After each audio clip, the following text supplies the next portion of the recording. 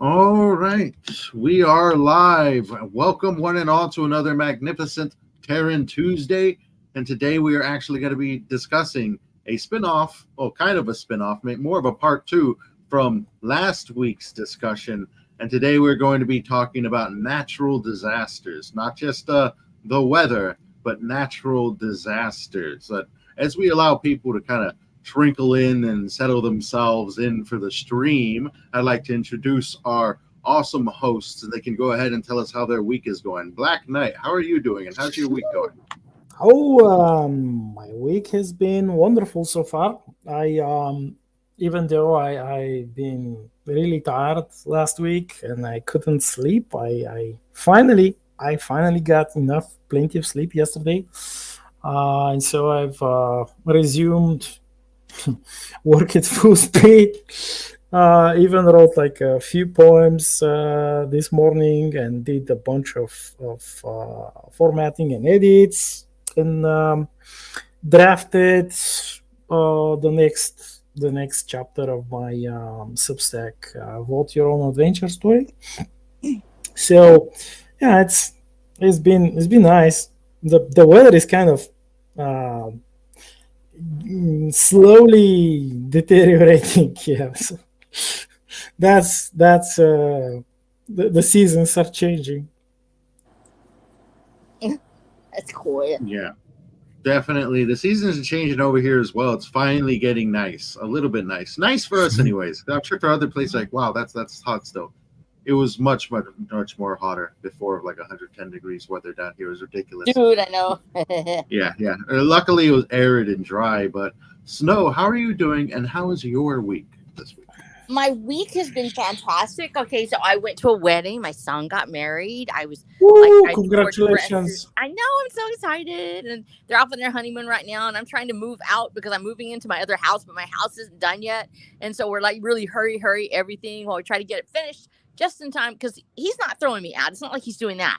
But I want them to have their little space. And so I'm like, cool. And I'm trying to build this other house. I'm like, we will get it done and raw and everything like that. So I've been trying to get all of that done. And then while I was doing this today, so today we're home and everybody's like, there's a fire, of course, because we're all volunteer firefighters. So we drop everything, run to go take care of the fire. And not me, because I'm right here doing this, and I'm not really a candidate to be a firefighter anymore, but I do other stuff. And while I was at it, y'all, I took a goat to the face. I have just taken a goat What? to the face. Okay. So I have a one of my little goat. He's not a baby goat. He's like a yearling. But we just had some cool weather, and you'll have like outbreaks sometimes for some of those ones that are more sensitive. We'll get something going, and he was wormed and everything. We gave him his medicine and stuff, and we put him in my front yard so he could be in a comfy shade, and I could check on him. And so I go out and he's just laying there, and I'm like, oh man, I gotta go check on him. So I pick him up and he's all right. He's like they makes that little noise, but then he tossed his head, and he's got horns. So I was bending over him, and right now, even as we speak, this could have been with me having a cool eye patch. Cause I nearly lost an eye, y'all. I mean, this goat, he pulled his head back and he flipped it because he's excited to see me, and he goes, meh, and I took a horn like right below the eye. And I am Ouch. here. So I am here with you right now. This is like 20 minutes ago. And I am here because I love you. I have no idea what I'm doing. I don't even remember what we talked about last week because I had a wedding and everything. And I just took a goat to the face. But I am here because I love you. I would never leave you. I love you so much. I had to take a goat to the face and still come here. So I put like Listerine on it, and there was like blood and everything. It was really cool. And I was kind of a little nervous. And I was like, oh, no, I'm still going on my. So right now, I'm here with you with this little thingy of ice on my eyes while I talk natural disasters with you, because pretty much my life is a disaster from time to time. And I think this fits really well for today. And I didn't remember anything. And then now, like, all of a sudden, I'm like, oh, this fits. So anyhow, that's my day. How's yours? My day has been a busy one today, actually. Well, not that busy, not that crazy as Not yours. goat My busy. Not goat busy. It's a not goat. goat crazy. No goat issues over here, thankfully. But today finally released the YouTube video of the Ooh. full dramatized version of Glimmerleaf Chapter 1. So that's up on Yay. this very channel. You can check out later on during your day, listen to it in the background. But it's got a lot of awesome visuals. It's got maybe a dozen separate images in it that I like to patter out throughout it, so that way it keeps things fresh. It's a really nice video. You guys should check it out. It's a great story. You're going to love it. And I'm working on part 2 right now. Besides that, I've just been editing.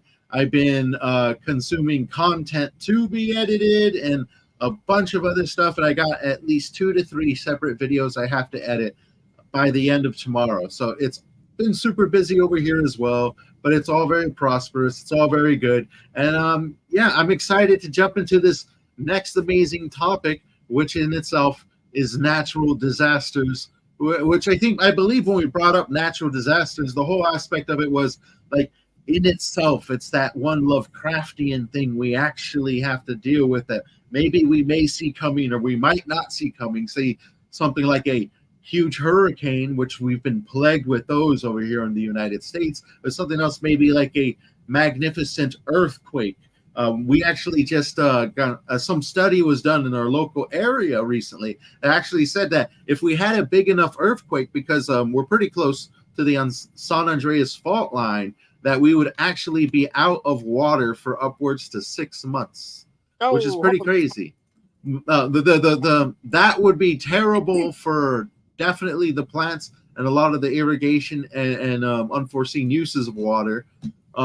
Luckily for us down here, we've gotten used to not drinking the water. So as long as we keep the flow of bottled water coming in, we should be okay on that front. But our laundry will definitely be suffering. That's for sure. Oh no. No. Yeah. But Snow, I know that you are very excited to talk about weather, if you remember that last week or not, or if it got knocked out of you by the goat. It got knocked out of me by the goat. Why don't you talk about share the weather? I'll why don't talk you about asteroids and shit later. That's actually an aspect we don't really hear too much is asteroids. They are in itself a natural occurrence of nature. But why don't we talk somewhat about natural disasters, devastation thereof, and just the fear and intrigue. Well, one of the things that he mentioned is that each area in all over the planet has their own special disaster that will occur. We have a tendency to get comfortable where we are. Even though we move a lot nowadays, even though humanity is probably more mobile than it ever has been, we're still very much creatures of habit. We have a tendency to get settled in an area and stay there for the most part. And we are used to the disasters that we have. We get, even though we hate them, it's like, oh no, it's another hurricane. If you're in Florida, one of our friends, Brian McCoppin, actually did a video on why would you stay in Florida if the hurricanes come? Why would you stay? And he talked about all the beautiful things that are there and how, it makes it worth it to be, and they are the other 99% of the time. And then you have people that are not in the hurricane prone zone that are like, y'all are crazy. Y'all got to be insane. Meanwhile, they're living in a desert, and it's like there's no water and the sun is 115 degrees, on a nice clear day. And they're like, oh, it's balmy outside. And we're like, how can you live where there's no water available? And then you're here in Texas where there's a tornado like every other day or something, and the sky is trying to kill us. And you're like, oh, how can they stand it with all the hailstones? Everyone has, and all over the world, there is something about the area where it has its own special spirit of disaster, its own special test of the people who live there, and it frequently shows up in their folklore. Sometimes it's a very rare event, but it will be commemorated. Giant floods or lightning storms, or the mountains especially are very if anybody who lives in a mountainous area knows that it seems like it's really solid, but it's the cold and the lightning that actually can get you. You're out there on the mountainside, and suddenly you'll feel your hair raise up on the back of your head, and you realize that we're fixing to get a strike here, and you have to go run for shelter. Everywhere has its own special disaster repertoire that occurs, and the people will memorialize it in story and song. And then there are things that happen only once in eons, but they so drastically and dramatically affect the Earth and the people around it, that people are talking about its remnants. Even if they don't understand the disaster itself, they talk about the remnants of those disasters. In the case you were talking about asteroids, one of my favorite, which a lot of people have learned more about, is the Chicxulub asteroid. And it was huge, comparatively speaking, 10 to 15 kilometers in diameter. And I'm just reading this right off, so I don't know this, right off the bat, but it's believed to, and of course, this is conjecture, that it landed somewhere near the Yucatan Peninsula and is buried there, and it may have caused some of these mass extinction events that we've heard about, and it caused perhaps great weather changes, and even today, as we think back on how far that would have been in the past to cause this, 75% of all plants and animals may have been killed around that time. It's about 66 million years ago. But we find their bones still. We find these great layers of catastrophe out there, and we wonder what happened. Why is it there's a layer of green glass here? Or why are there all these dead animal bones that are scattered in this one place? Why do we find them in the La Brea tar pits, where suddenly there's just all of these animals, and why didn't they know to stay away from them? We tell these stories because disaster fascinates us. It should. We want to stay alive. We as humans have an innate sense of story, because this is how we pass our information. This is how we keep the next generation alive. And so as we look to our own stories, as we write our own worlds or our own literature, or as we retell the stories of the past, it's important to get a feel for the disasters which have happened on this earth, and what might happen even in a fantasy world or in a fictional setting. When you look at the different worlds that have been created just in the last 20 years, Warhammer is an example of the great struggles and the great catastrophes that occur with that, primarily, mostly related to, of course, war. But then there are other things that happen in the Warhammer universe that do reflect that. Even, and war is also a catastrophe, and possibly could be considered a natural catastrophe when we think of the fact that humans fight. We do. We're very tribal animals, and we have a tendency to go up against each other. I don't know if we could really call war a catastrophe in that natural sense of a disaster. So we'll probably leave that for a different show, but it certainly falls into that natural realm. It's part of our lives and who we are. This shapes us as humans, it shapes the world around us, human and non-human, and it creates in us a need to tell those stories. And that's why it's so important for us to talk about this today, because as writers, we have a rich tapestry of the earth, both the difficult and the terrifying and the beautiful. And when you bring it all together, it creates that world that we live in, this reality that we have, that fantastic and beautiful earth. So true. So true. Yeah, definitely. And Black Knight, I know you definitely brought up asteroids, and I want you to expand on that, because I'm sure you got plenty to say about that. Ooh, well, I first, I think I'm 20 years ago. No, more, longer. So I first read a really cool story in a magazine, which was about the possibility of terraforming asteroids and using them as spaceships, like generational spaceships, where people live inside the asteroid. They live and they die, they have children, etc., etc. So they farm the terraformed asteroids, they have animals, but it was part of this story which, like the ending, where these people they had forgotten that they live on an asteroid and it's like flying through space. And the last part, the ending, was from a different perspective. There were other people, aliens, in this case, who were living on their own planet, and they saw that asteroid. They had no freaking idea that the asteroid was full of people, and that asteroid actually destroyed them. It kind of was big, and it was flying fast. Of course, it had engines. It had like stuff that it was a makeshift spaceship. But the people who They have lived like for hundreds of years on that asteroid, and they had forgotten because there weren't any tales about that. A couple of changes in power struggles within the population, and the new groups who came into power, they destroyed records and such, because they, I mean, I'm going too much into too many details, but the thing was like the last part was how the people were about to die, who were about to be destroyed by that asteroid. They looked at it as mere rock. That's like cosmic doom hurtling towards them.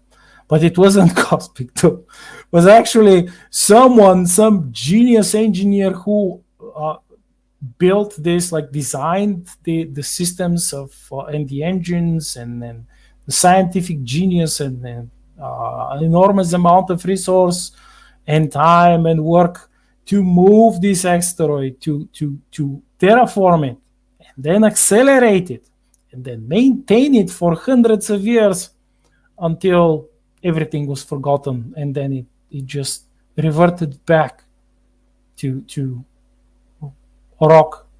And coincidentally, that planet that asteroid was flying towards was the intended colonization target, like where the people would have eventually landed and populated the planet.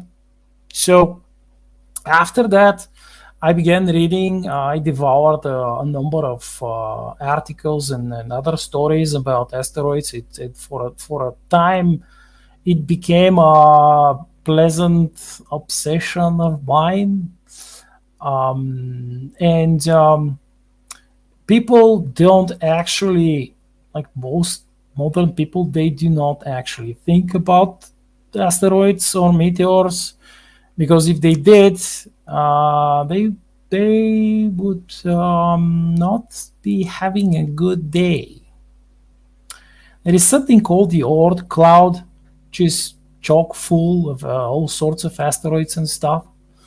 And from time to time, they bump off one another, and some of them kind of tumble away, and in most cases, they kind of like they get caught by the gravitational pull of other planets, let's say Saturn, and they fall and burn into the atmosphere of Saturn.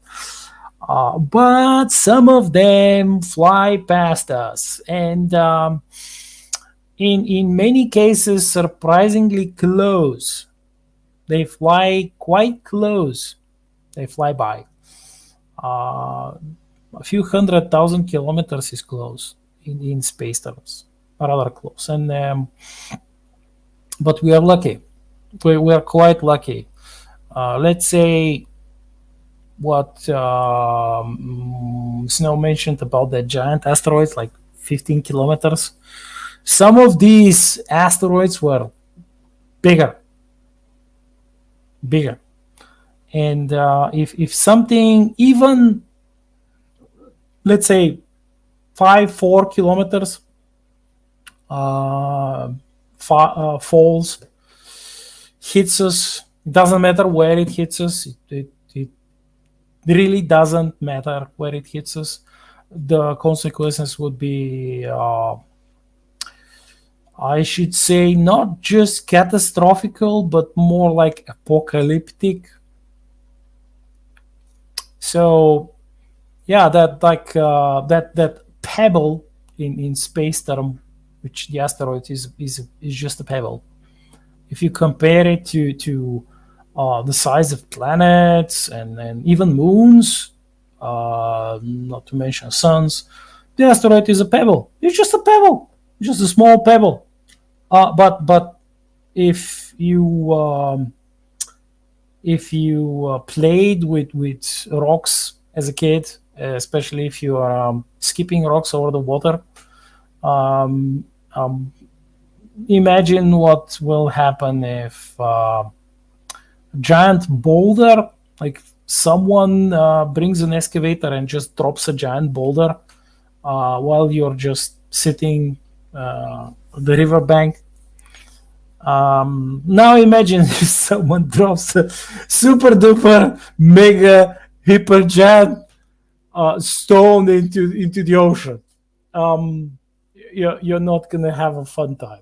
Doesn't matter where you are, because the tectonic movement of plates, the tectonic plates, they will quake, they will shift, and then you will have earthquakes following the tsunamis, the giga tsunamis, and after that you will have volcanic eruptions. And the volcanic eruptions will release a whole lot of dust in the atmosphere. And this is one of the reasons why, after that huge asteroid fell during the time of the dinosaurs, a lot of the plant life just died, and with it the bulk of the megafauna, because they were herbivores. And after the herbivores died, the predators died because they didn't have anything to eat and they were massive.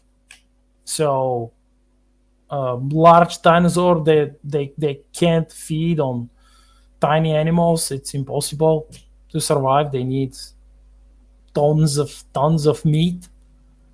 And pretty much that's why only the tiny mammals survived, and that's why we are here.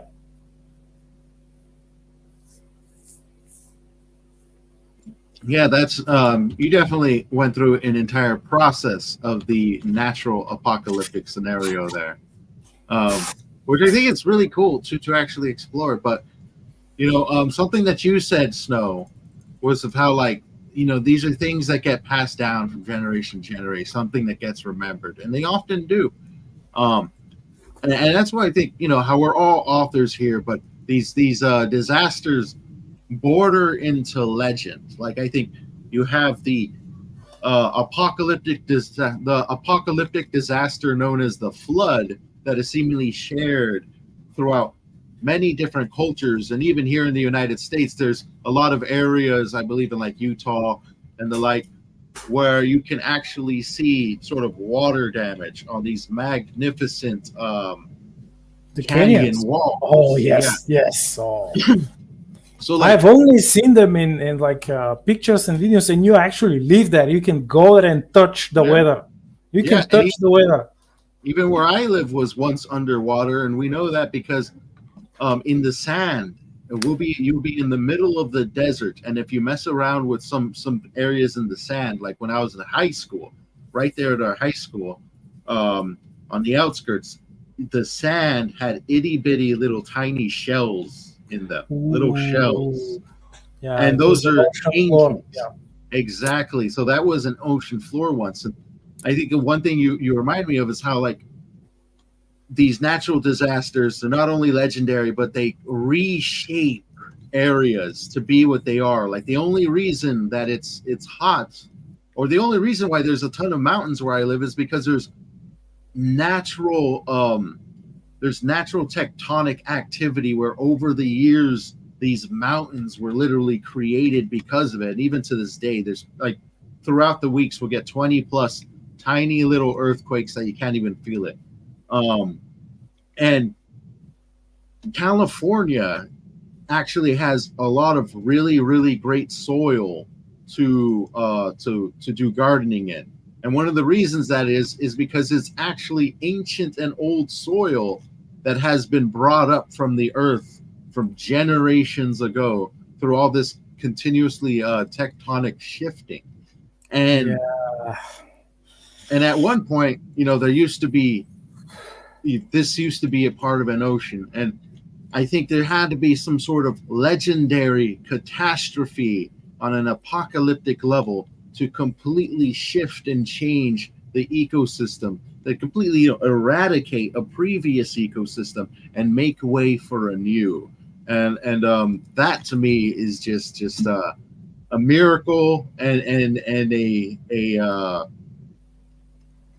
terrible blessing of nature, the destruction of old and the bringing way for new that can sustain in this rapidly created environment that was created essentially through destruction. So Chaos, nature, chaos. Order out of chaos. Yeah. order out of chaos, the magnificent terror and beauty of nature. That reminds me of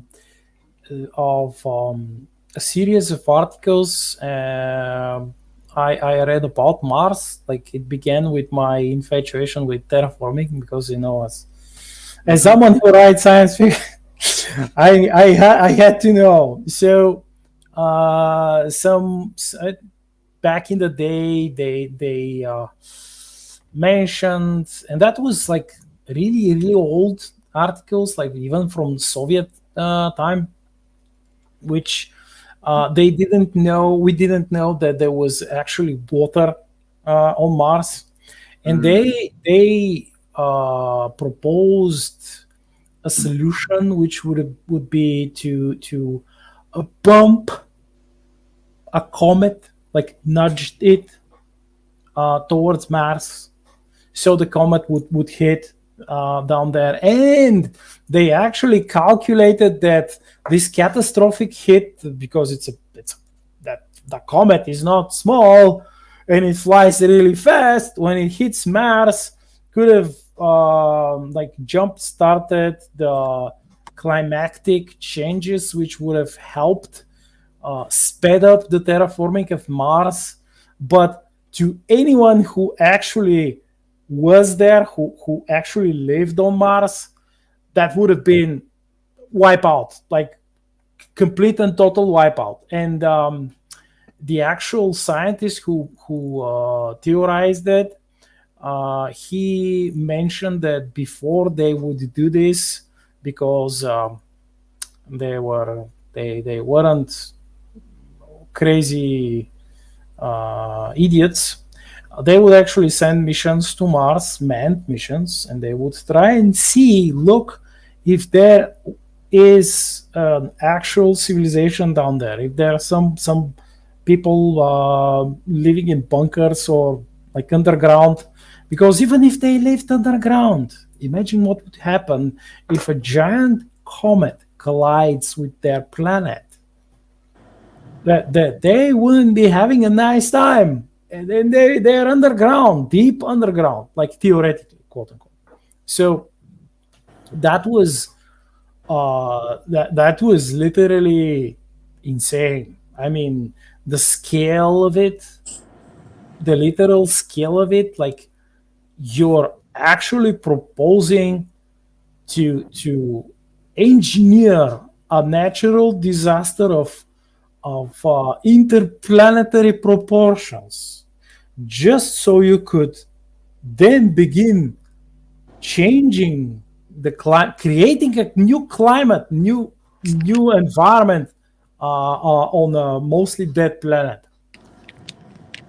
So that was, that was mind-boggling, and I read it as a kid, and I was like, oh boy, this is crazy stuff. And now, of course, we know that Mars has water, and the soil can be used, and under certain conditions you can change, enrich the soil, and actually grow stuff. But it's like a lot of gymnastics, that engineering gymnastics and other kind of things that you have to do.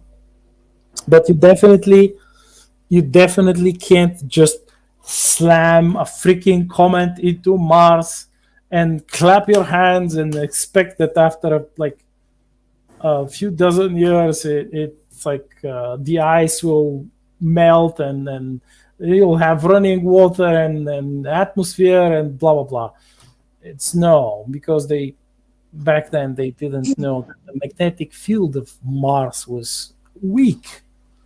And yeah, that brings a whole another set of issues with terraforming. But that's a talk of for another day. So that's what I'm going to say about asteroids. Otherwise, we all know, I think, even we learned in school that there are certain species of bacteria and microorganisms that can survive uh, space flight, and some have probably fallen uh, from somewhere with these asteroids and meteors, and kind of we probably don't know how many of our micro organisms right now, and many of them are like billions of years old. They haven't changed, they haven't evolved into anything else, they've just remained the same. We don't know how many of them are actually from here. So many of them may not be. Well, yeah, you're talking about like the tardigrades, for instance, or water bears, the little ones that we've sent up into space, and they can live practically forever. And they're And like clapping their limbs, are like, yay, space! I know, yes, they're just adorable in their own little weird little way with their little 8 legs and everything. Tough little fellers. They can survive so much, and we don't know how many are they strictly here on Earth, or do they share it around the planet? But they seem to show up everywhere, and they have that incredible resilience. Life somehow finds a way, and as we look towards space, and we talked about that sort of that Lovecraftian horror that's out there, the fact that there's this vast emptiness and we don't know what's beyond it. We're still trying to find out more and more about it, and our ability to see that far has just exploded in the last few years. But we still have this sort of a fear of it. And the reason why, because it affects this little blue earth, this place that we live, with the comets and the asteroids whizzing by, and the solar flares that happened just in the last week or so, where we had several X class flares, and the magnetosphere of the earth, actually, which is that covering, that protective uh, cloak of geomagnetic force that surrounds us, actually had a crack open up. There's a reason we saw all of these beautiful aurora over the last week, and I actually didn't get to see it. I was in the city, I couldn't see it, but I put out the alert, and my friends ran and they looked at it and they were so excited. And it's a very rare event for us in Texas to see the northern lights, but we did. And it's because that magnetosphere that surrounds us actually started to warp under that solar wind that was preceding these flares. And when it did, it let in this geomagnetic force. And the fact that that even covers us at all, that it protects us, is one of the reasons that we on Earth still have life, as opposed to Mars and some other places where the magnetosphere had degraded or perhaps didn't exist as it does on Earth in that form. And so, for all the reasons that only God knows, we are protected and shielded by this incredible gift that keeps us alive, that keeps out enormous amounts of radiation and harmful protons and things like that we otherwise would be bombarded with it. But we still get affected sometimes, and those stories still linger in the minds of people. And also, we talked about it last week, that space weather affects Earth weather. It actually does. It has a tendency to create more storms, possibly more severe. It affects the geomagnetic field of the Earth, and it's quite possible that this also affects our weather. And when we see there are regular cycles that go with the Earth. There are things that happen in the ocean, for instance, especially with, we talk about La Nina and El Nino, but actually that's a smaller part of the southern And oscillation. the moon And too. yes, Yeah. and the tides that come through with the moon, just those little things, those cycles take place. The solar cycle, that is the 11-year cycle of the sun. But then there are also these catastrophic events that occur where you have even just an asteroid passing close to the Earth can affect some gravitational pull somewhere, especially if it's a very large one. And there have probably been times in the past that those very large asteroids may have passed by and possibly caused some sort of shifting in the poles or in other things. That we hear stories about it in our far distant past of mythological of events, but we don't, because they had to find a way to explain it. They aren't describing it in the scientific language that we would describe. And so we miss so much of what they told us, the old ones. But, and you were talking about the flood and the places where that was seen on the rocks. And actually, I just pulled it up, and this is from Twin Rocks Trading Post in Utah. And they talk about the Great Flood. And this is something that is fascinating to a lot of people who are also Bible scholars as well as folklorists, because we love these stories and the fact that it seems so universal, the flood story. And how they talked about how the marks of these floods are still seen today. Almost always in this story, there is a word about how the holy ones came forward and escaped with their people, and they'd repopulated the earth. And so we have those stories. And we have stories, for instance, in the Diné, the Holy Ones in the Navajo, said that this was precipitated by coyotes stealing one of the water babies. And so you had 12 days, and they're very specific, of course. 12 is a representative number and may not be the actual number 12, but instead a sacred number of the dozen and what it represents. But 12 days of flooding and hail. It talked about how the entire earth was, the trees were uprooted and the hailstones came down, and Anasazi and the Navajo were subjected to this terrible, terrible tragedy. And the holy ones left to go get away from it. And we look at that and we think, oh, that sounds so far away. But as we look at the effects of Helene and we see how the water came down the mountain from an area that nobody expected it, from a place where no one expected it. And you look up and just suddenly your world is covered in water. And the trees are missing and people are missing. If you can imagine to not be able to reach out to anyone else in the world and to not know. And a lot of people feel like they're there right now when we don't have communication. That's now a natural disaster. That is a disaster for us because we don't know who knows we are in trouble, who knows we're out here. But for those of the old ones out in the American West to not know who might still be out there, to be alone and as they said, dying, fishing from their rooftops, and then finally the floods came and carried them away. And only the few holy were left who came back to repopulate the earth. That terror stayed with them. Enough so that throughout the ages they have told these stories, and these stories appear all over the earth of the great floods. So it appears in Eastern Europe. It appears in Asian countries and cultures. It is almost a universal story. And so we have to look at it and say that some great catastrophe that with all of the spiritual symbolism that comes with it, and all of clearly there is a religious component because each one of them talks about the displeasure of God. And of course we see this in our own lives, that we feel responsible for what the earth does, for things that happen. We want to know that there's some way we can affect it, and all we can do is pray sometimes. That's all we can do sometimes. This is happening, and that's all we can do is to hold on to each other and pray.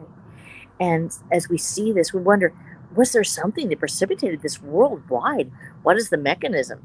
Even as you go back and you say, okay, I believe in Genesis, I believe the Bible. What is the mechanism that was there? Or how did this happen? And has it happened, at one time where the people just went out and hid and managed to stay alive just long enough to come back? Obviously, there is a scar on the face of humanity that they still see this to this day, where they talk about it in the legends, everything else, thousands of years later. And it's fascinating enough to me that when we talk about it now, as we look to the different Creek legends and the Navajo legends and the Anasazi, we can see our own selves as we're going through this moment in time right now. How we interpret our own lives into our stories, into our own writings. It can be direct. It can be something where I'm talking about what I did when I was, helping with Hurricane Harvey or something like that. But it also can be that that fantasy, that world building that we're doing. In the case of James, and James, we talked about the fact that you just came out with one of your YouTubes today and just launched this out. And do you have something like this in your world building, a great story or a great lore of the background where the earth changed suddenly, or where a disaster struck in such a way that it still affects the people in your world? Uh, it does. I wouldn't necessarily say it was a natural disaster, but we kind of touched on it a bit when you said war in Mm-hmm. itself, and it was definitely war-like because those haven't explored World Without End. Like, it's a really big world put in a really small place, so to say, because the whole realm, if you will, is an endless plane of existence that's shrouded in complete darkness, except for one single area that they call the Lands of Light, and that's where everything's happening. And for centuries, um, they would explore this darkness. There was nothing within this darkness that was harmful. But then the people of light went to war with each other, and it was an endless war that wiped out people groups, languages, cultures, and lasted so long. History in itself and large sloughs were forgotten.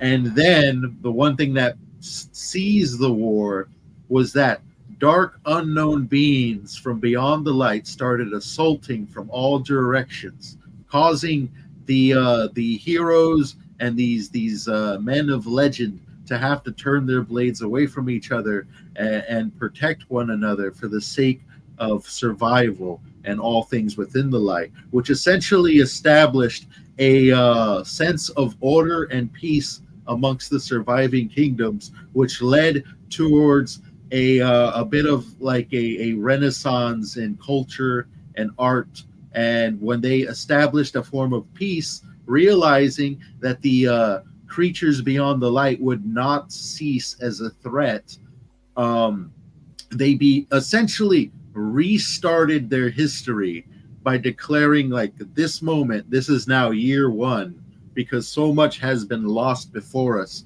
A lot of them don't even know where they come from, so to say. Like, they know of they're of this people group from this kingdom, but they don't know who built their kingdom.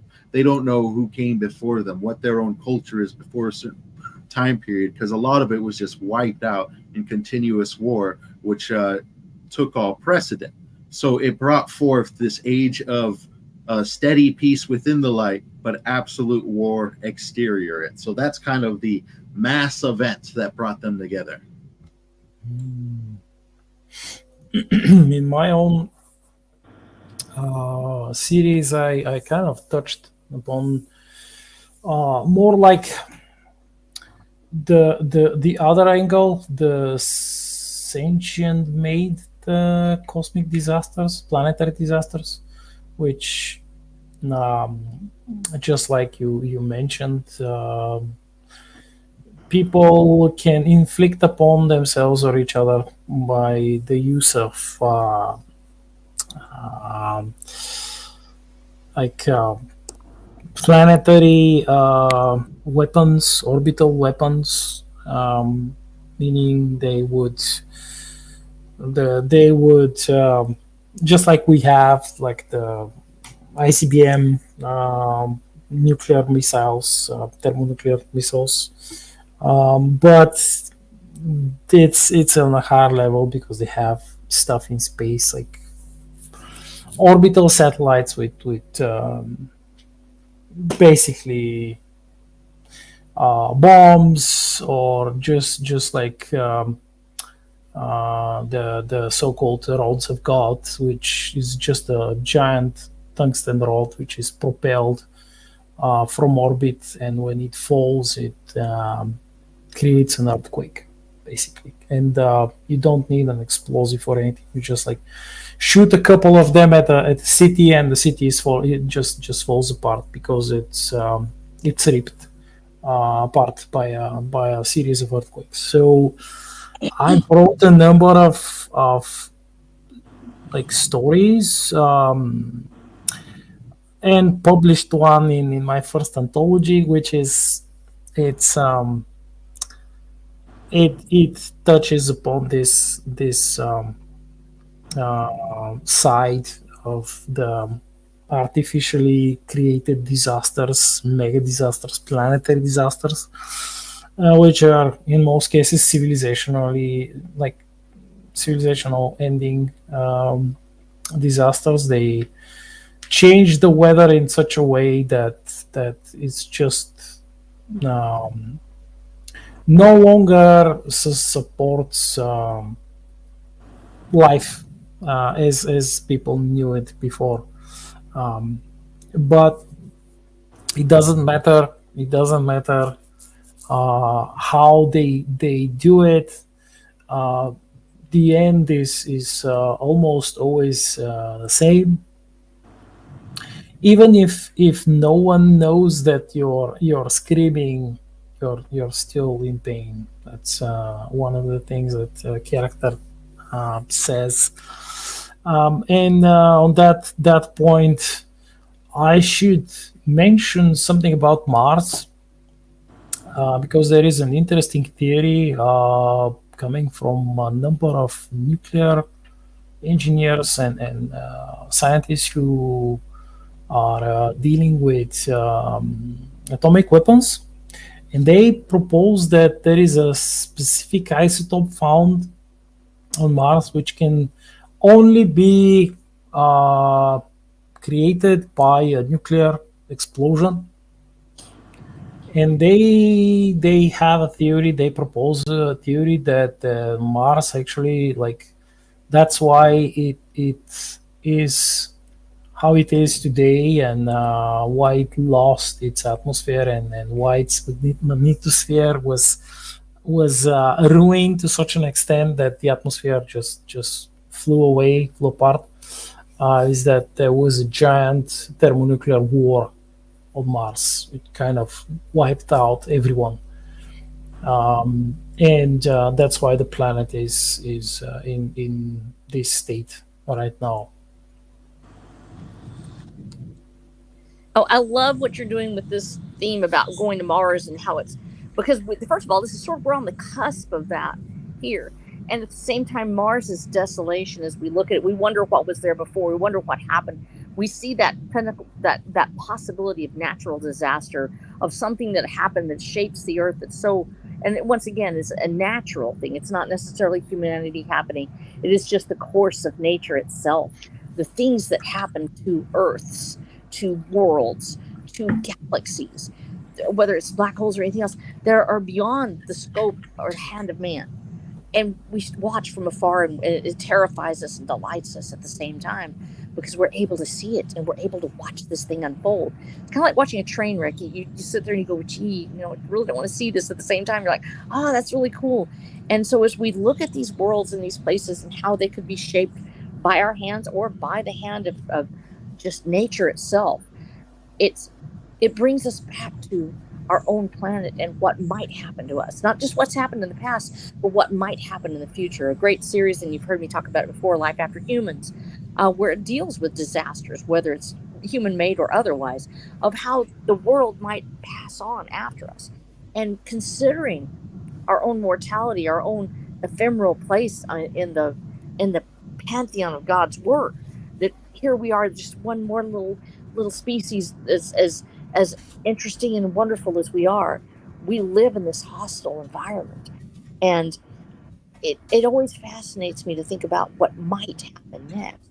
One of the best series I've ever read, and I know that certain people love it, others say it, Jack Vance's Dying Earth talks about this in detail, that the Earth is passing away, the sun is dying, and after eons, nobody really knows exactly what it was that happened, but technology has died away, and they are just trying to survive on this planet.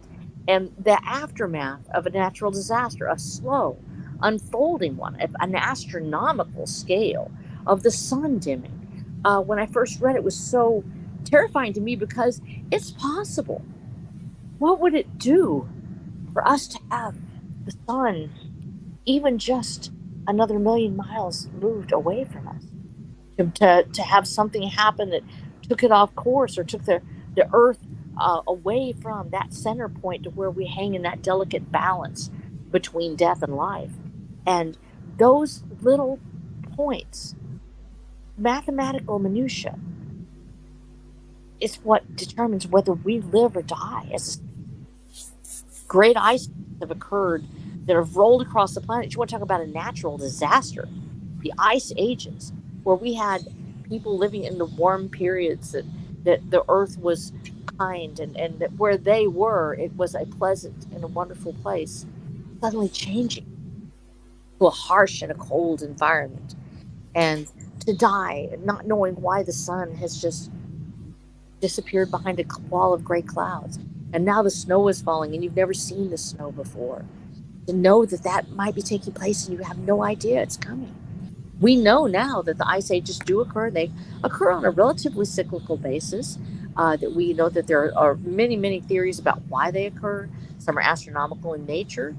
Some are cyclical or earth-based in nature. But we know that one will occur again at some point.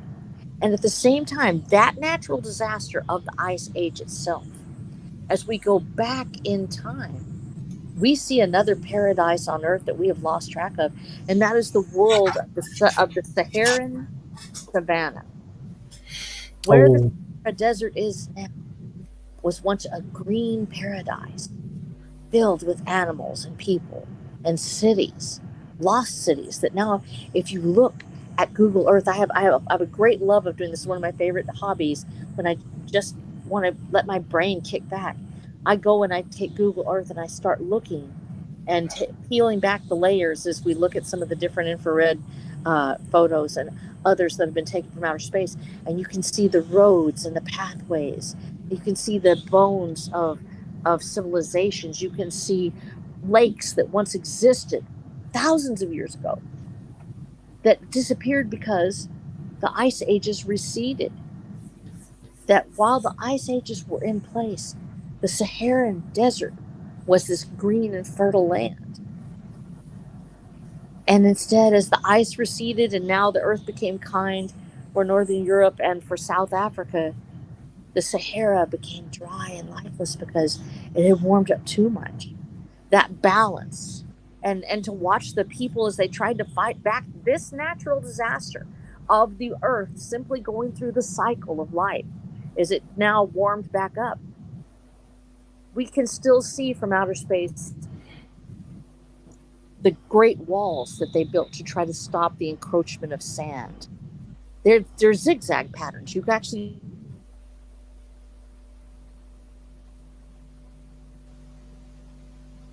hmm. You there, Snow? You kind of you're breaking I up. think Can't hear you. I think we lost her. Oh. Well, hopefully she'll join us in a second there. Yeah, it was when she mentioned the Sahara Desert. I remember the Eye of the Sahara, where a number of people proposed that it was actually Atlantis. Mm. It was connected via giant canals to the sea. But during the Younger Dryas um, asteroid impact event, kind of, that was the end of the ice age, and it like, according to some scientists, it wasn't that like, snap your fingers catastrophic. It was still catastrophic, but it happened over years. Like, it didn't happen at once. And so they proposed that there were multiple floods, multiple, like, cyclic, almost cyclic floods, giant floods. So some of these scientists say that that's why, and they explained that this is why we have, like, so many accounts in the myths and tales of people across the world, like, all across the planet, because there weren't so many floods. It wasn't just one giant flood; it were many Mm. floods. So that's one of the theories. But uh, other scientists, they say that uh, we can't find a lot of, like, maybe we will never find Atlantis because it's buried under miles of mud on the bottom of the sea. It's crushed, like whatever it was, like it's squished. So because it's one thing, if you've seen how the mud carries stuff and covers things, if it's a violent flood, and we're talking modern buildings, like small to like medium-sized buildings, they're gone. They're gone. Just imagine that a giant flood with like millions of tons of mud goes through, let's say, New York. What will be left after the ginormous tsunami and the mud? What will be left? Not much.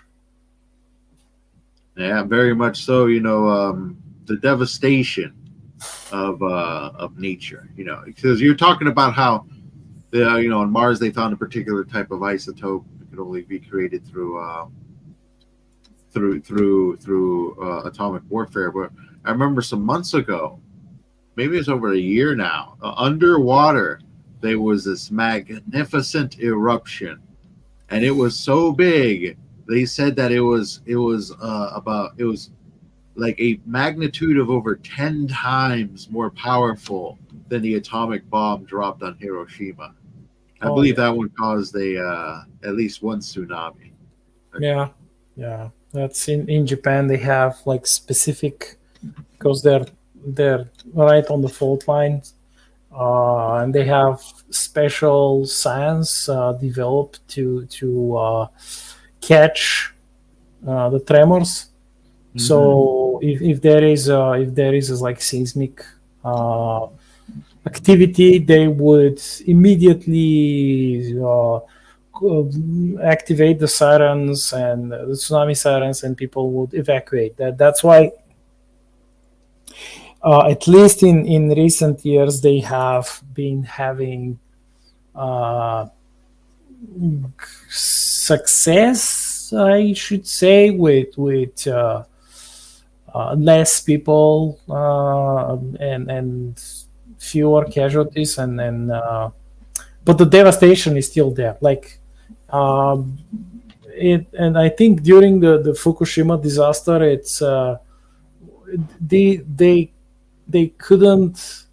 weren't able to predict the size of everything, and when it happened, it kind of caught them off guard, and that's why it was such a tragedy, because even they had the science there, they had the tools there, they had the sensors, they had the preparedness, because Japan is highly people there are highly prepared and aware of all kinds of terrible disasters, in the earthquakes, of course, and the tsunamis being on top of their list. They were caught off guard, and this is where Snow mentions, like, if people who are not expecting something catastrophic, we're talking about people who are living with catastrophic disasters, and they know that it could happen any day, any hour of any day, and even they were caught off guard. So I think that. Can you hear me now? I had to kind of jump in. I couldn't pick up for some reason. You were mentioning, and this is when we talk about that shock of surprise. Ones that we don't hear from, the ones that we don't see, are still just as devastating and can affect the earth for many, many years. You were talking about that eruption. It's the Tonga eruption. And it was actually at the Hunga, I can't say the another Hunga Hapai volcano. So on January 15th of 2022, I believe, and we had this massive explosion. Actually put in 10% more moisture into the air than is previously in the Earth's atmosphere, creating potential weather results that we should still be feeling now. It actually partially warmed the Earth for just probably not necessarily a minuscule scale, but just enough, and with all of that moisture to possibly change some of the weather patterns that we have. Had a massive tsunami with it. And we haven't heard very much about it. It's as if it happened and everybody's like, hey, that's cool. And then, we're going to say, we'll look at it later. But it was actually a terrific explosion beyond the scale of anything we've seen. And Black Knight's right. People were shocked by the size of it. And the sonic boom circled the globe twice. We have this enormous explosion. And because we don't see that effect right in front of us, we have a tendency to, our heads can't really wrap around it. We can't grasp the scale. The same thing that happened with the tsunami at Fukushima. The fact that so many people, like I said, just looked up and the ground's dry. And we actually saw this to a certain extent right before the Hurricane Milton in Tampa Bay. The water went out, and that presaged this giant swell that came in right as soon as the hurricane started to sweep into the bend there in Florida. But people look down and they see something unexpected and they don't know what it means. It's just a puzzle. They're curious and they look, and then somebody somewhere may know, and suddenly everybody starts running. But can you really outrun the Earth? Can you outrun the storm? You can try. You have to. You have to try your best to stay alive, to survive. But the truth is, we as these tiny creatures on this earth, we are subject to its cycles. What it does to stay alive. This is a giant engine, a machine. We talked about that last time. It has heat that rises and falls.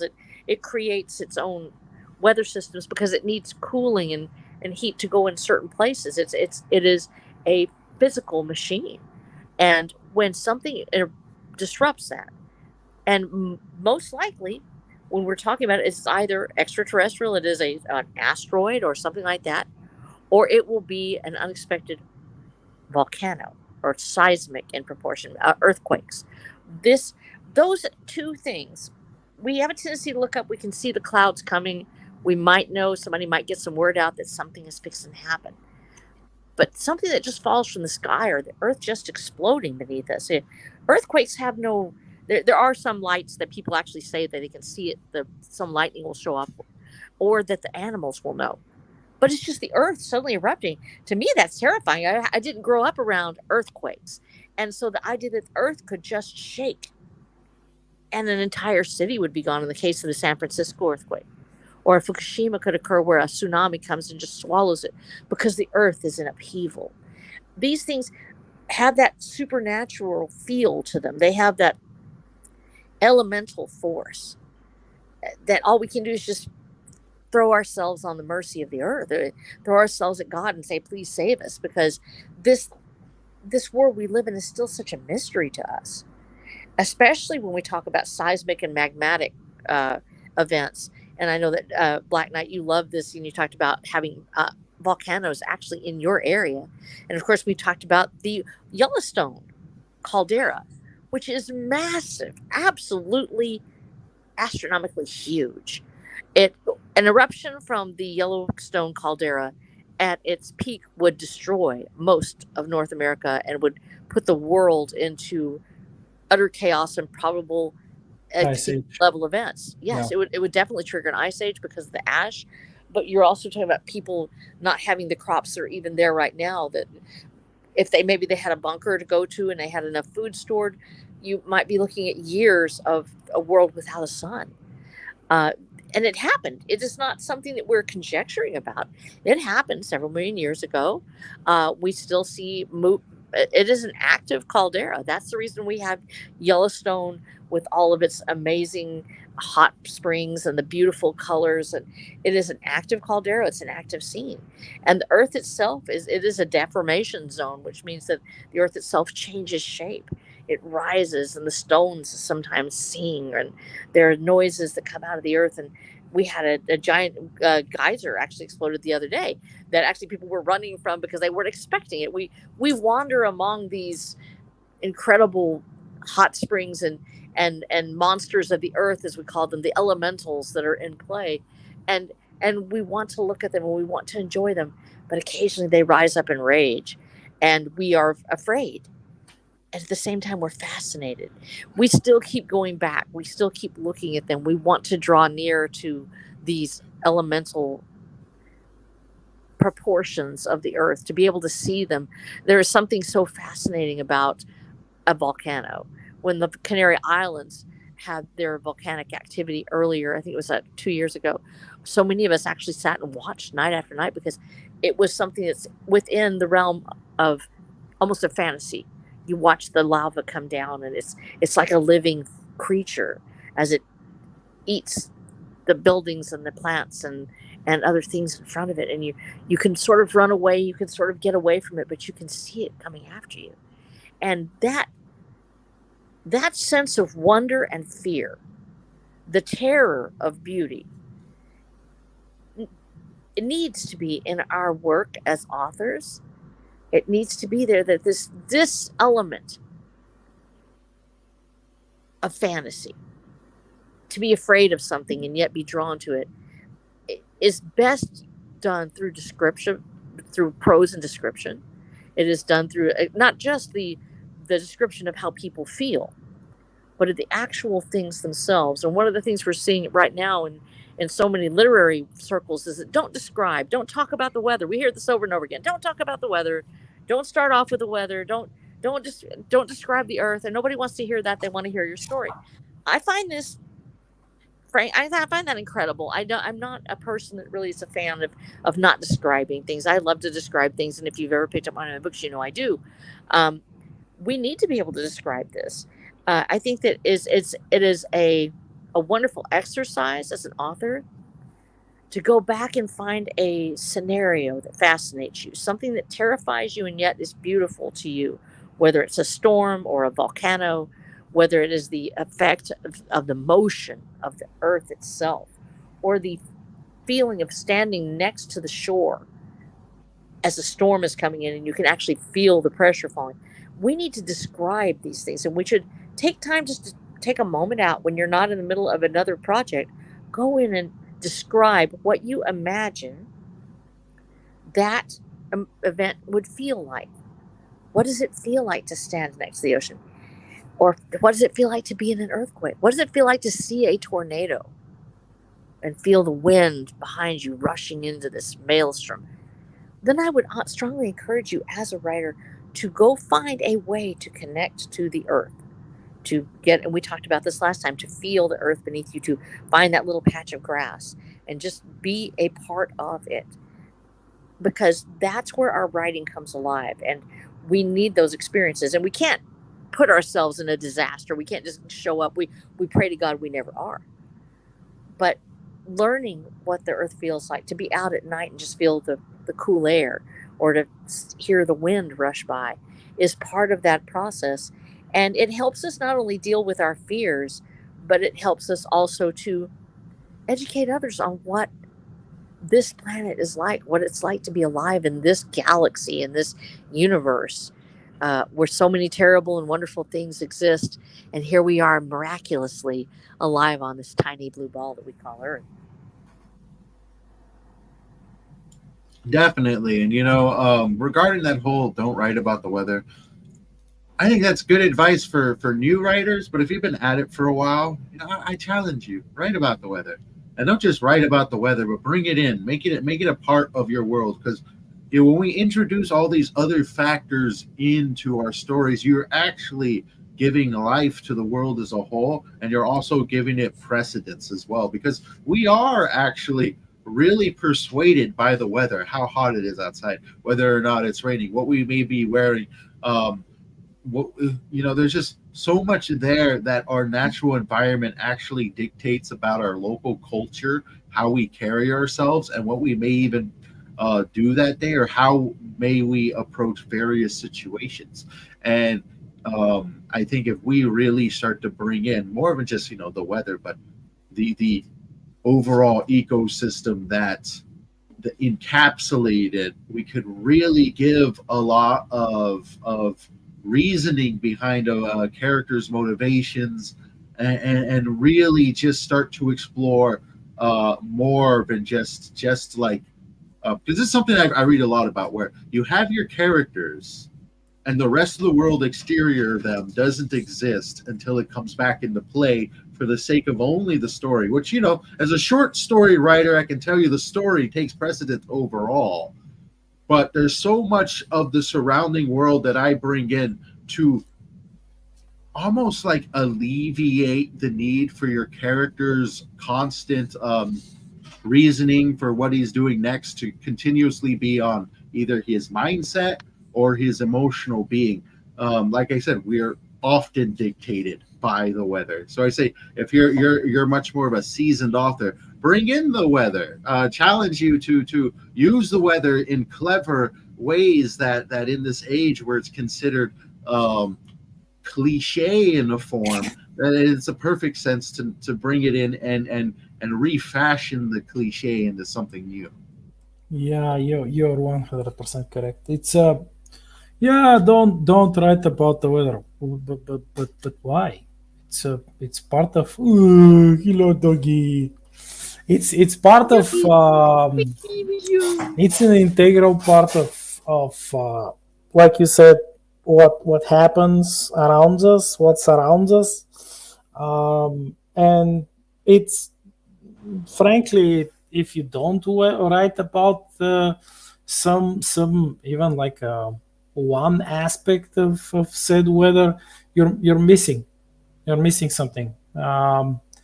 You're missing on a like really cool resource to help you tell and show things about your characters and advance the plot and maybe help your pacing even, to introduce some much needed, let's say, crunch time in your story.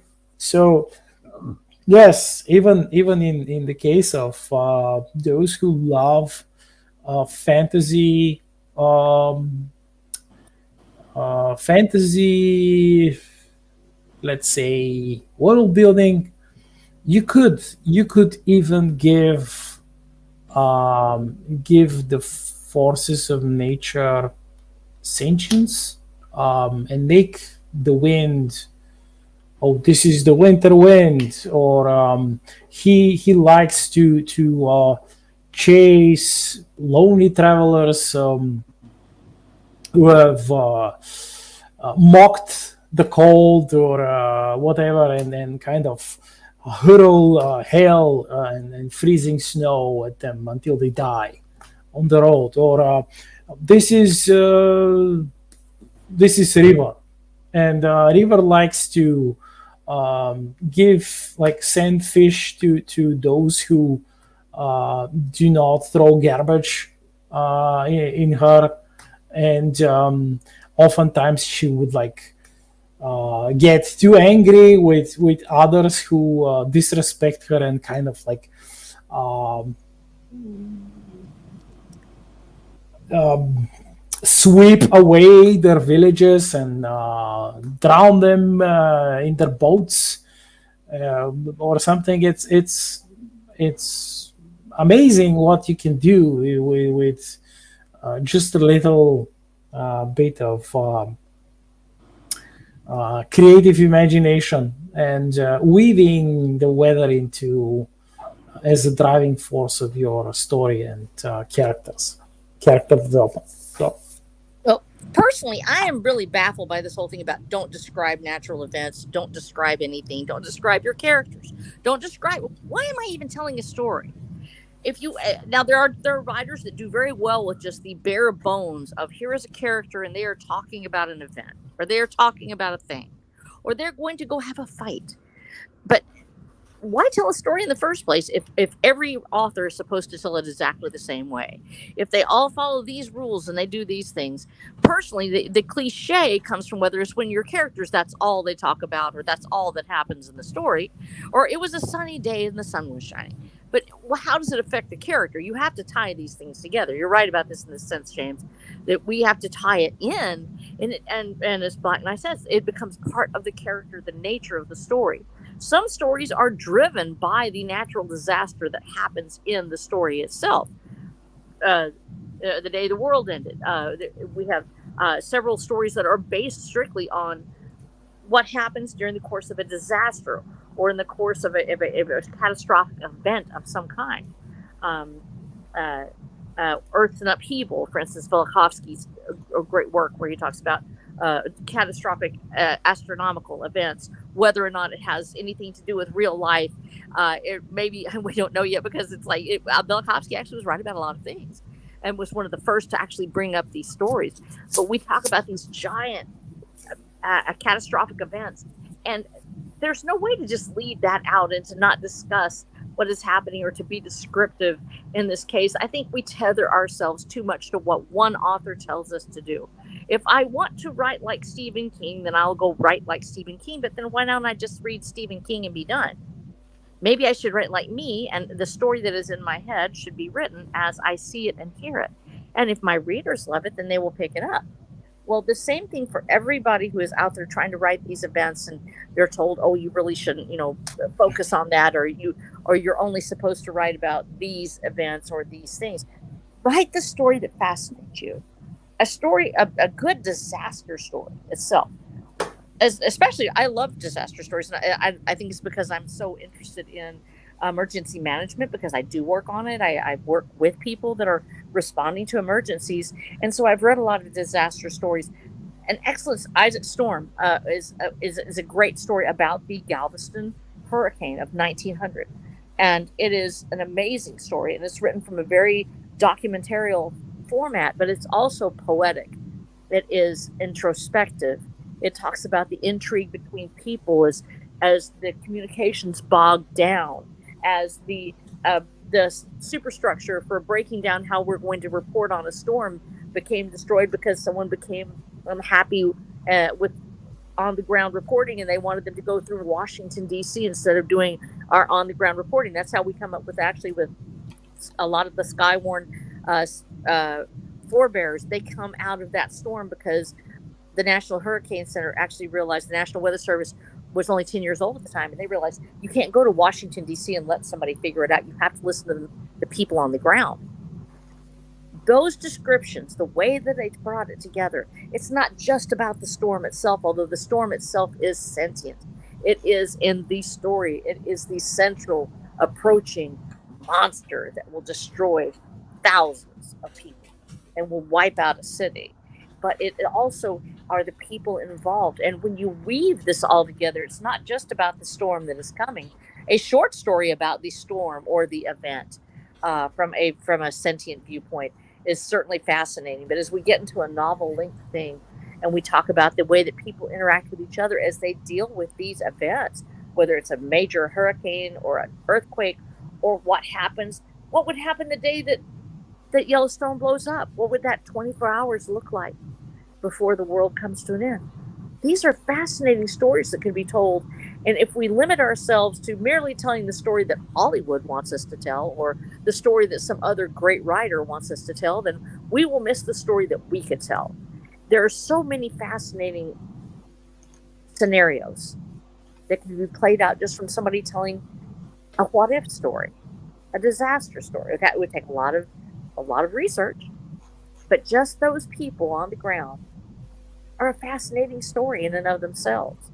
And it doesn't require a giant arc or anything else. It just requires somebody with imagination and a love of natural phenomenon to write it. And it can be on any world, not just this world, but any world. Those are the stories that shape us and create us. And as authors, we need to tell them as we are called to speak. Don't let somebody else's statement, "Oh, you can't make a description, you can't talk about weather." Don't let that stop you from writing the story you feel called to write. Yeah, it's frankly, just like you said, it's a bit. It was a bit baffling to me when I first. I think I wrote like a super small, super short story, and I was my characters. They one of them mentioned that they heard about uh, yeah, storm with like heavy hail coming towards them on the radio, Oh yeah. and and I had someone lambast me. It's like, how dare you? Oh, this is so dumb. This is like an overused cliche, and I was like, but it's woven into the plot. I mean, it drives it forward. Yeah. That the story was actually about that's the storm. The storm was the story. The storm was everything. The storm was the core of the story. But no, like, um, and I, of course, that was just that one person who was complaining. Um, most most of the readers liked the story, even though back then it wasn't of the same level that I can achieve these days, but it was still entertaining. So yes, please, my friends, don't let anyone tell you that you shouldn't write about weather. Just just plan it, uh, use it to drive the story forward, to help the characters grow, weave it in your character craft, weave it in everything. That is like, don't overuse it. That's what I mean. You just use as much as you need, instead of just turning it into Deus Ex Machina. And it's like, oh, they're going there. Oh well, because the storm did that, or the um and you're overdoing. When you're overdoing it, yes, maybe that's not a wise idea. But if you use it once or twice, maybe three tries, like that's fine. Um, I think you're right. I think anybody can make something interesting. A good writer can make sneezing interesting. They can make watching paint dry interesting. If you're dealing with internal dialogue and who's sitting and looking, certainly we should be allowed that grace then to say we would like to write about an earthquake. Yeah. Just write about it. It's okay. It's part of life. I think that those that overreact to that, it's a trope. It's a trope. One of the worst things that happened to writing is that we suddenly came into this idea that you cannot use this. It's a trope. Everything is a trope. There is nothing new under the sun. If you simply base your life on whether or not somebody has written about it before or talked about it before, you are not going to write about anything. Those who seek to make something new happen and we frequently hear this actually from those in the entertainment industry. Oh, well, that's a trope. We don't want to go there. That's already been, and there's the ones that keep going back to the well.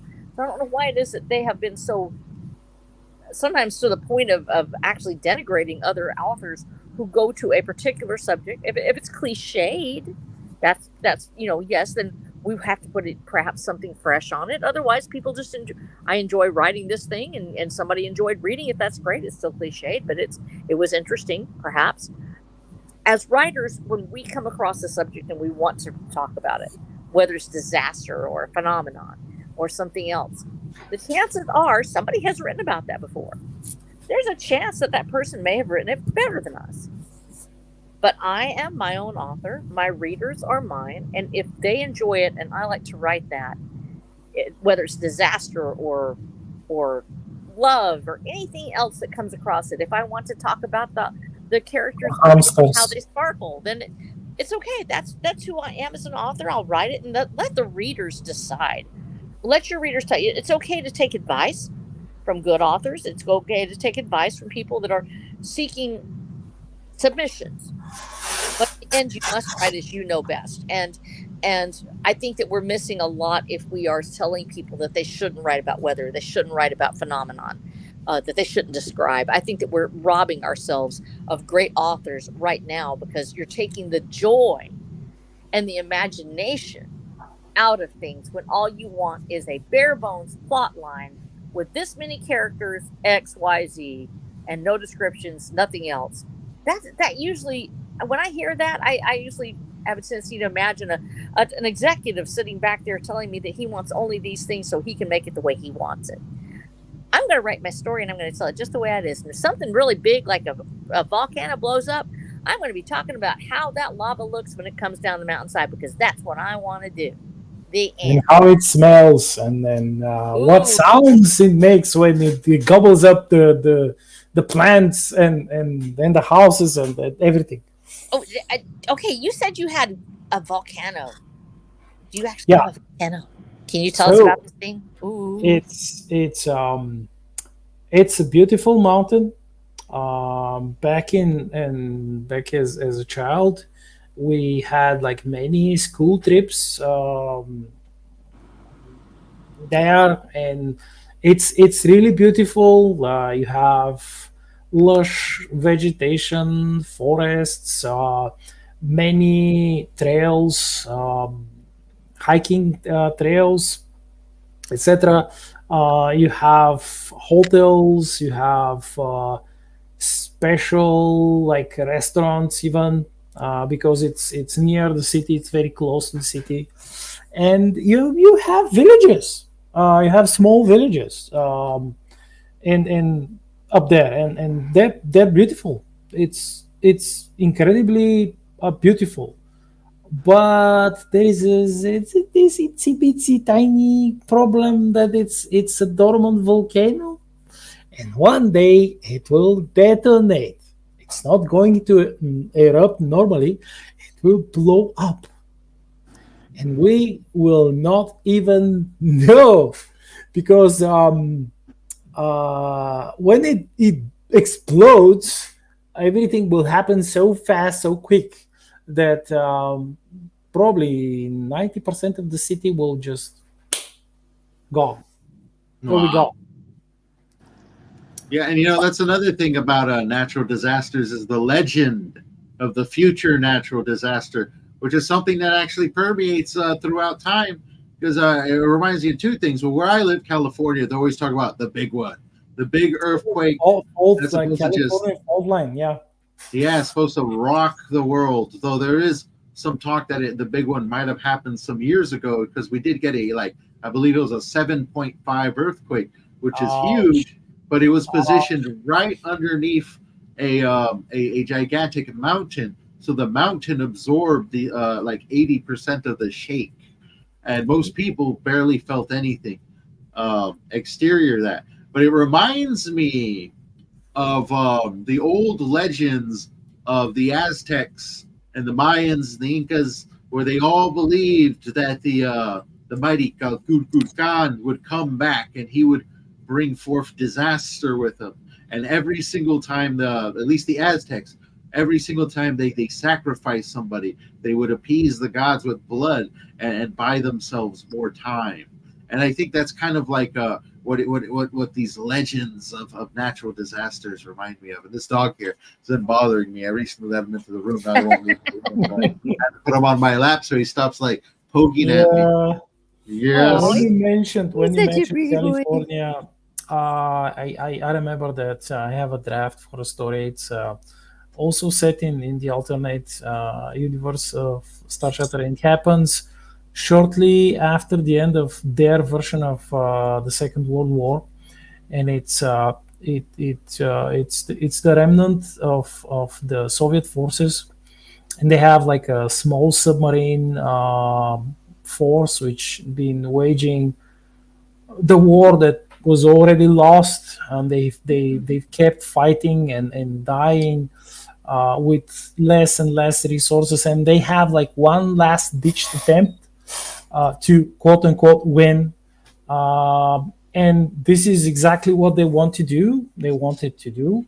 was to detonate um, a prototype nuclear torpedo over the fault line, Wow. and thus like destroy the entire state of California. And Mm. this would they would do with experimental submarine, and then they would uh,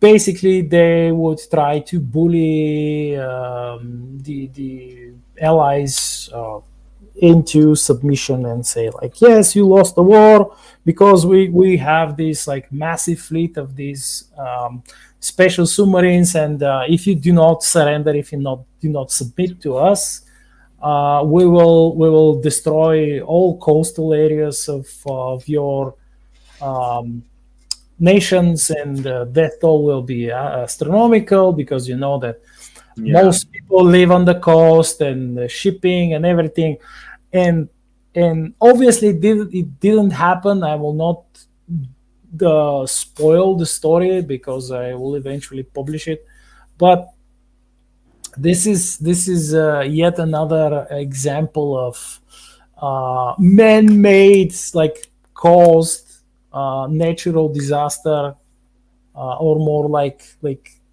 hastened natural disaster. Yeah. So All right. Well, when with that, we're actually 1 minute over our usual allotted time. Oh Uh, no! I know, right? Sorry about yeah. volcanoes. It'll have to Well, wait. once again, another magnificent conversation gobbles up every moment. But with that said, let's go ahead and close out. Where can we find you guys? Start off RH Snow. Where can we find you? What are you working on? Oh, right now I've got my book Caballeros del Camino. It's out for edit. I got back my developmental edit. I rewrote 14,000 words in 3 days. 14,000 actually new ones. Actually, I love the bones of it. Look like it's good. I wanted some extra content, and we talked about it. And I'm like, okay, dude, I'm really doubling down on my villains. So my villains got some about 14,000 words of content that came in, and so I put that out there. So Mr. Daniel P. Riley, my alpha reader, is reading through it, and then it will be back to my editor for line edit.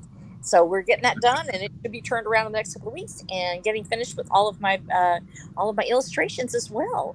As long as I don't poke an eye out with a goat. If I don't take another goat to the face, then I'll be fine. So, Oh, wow. so yay! So be looking for my new book, Caballeros del Camino, to coming out before the end of October. Hooray! Oh, wow. So real close, real close. Nice.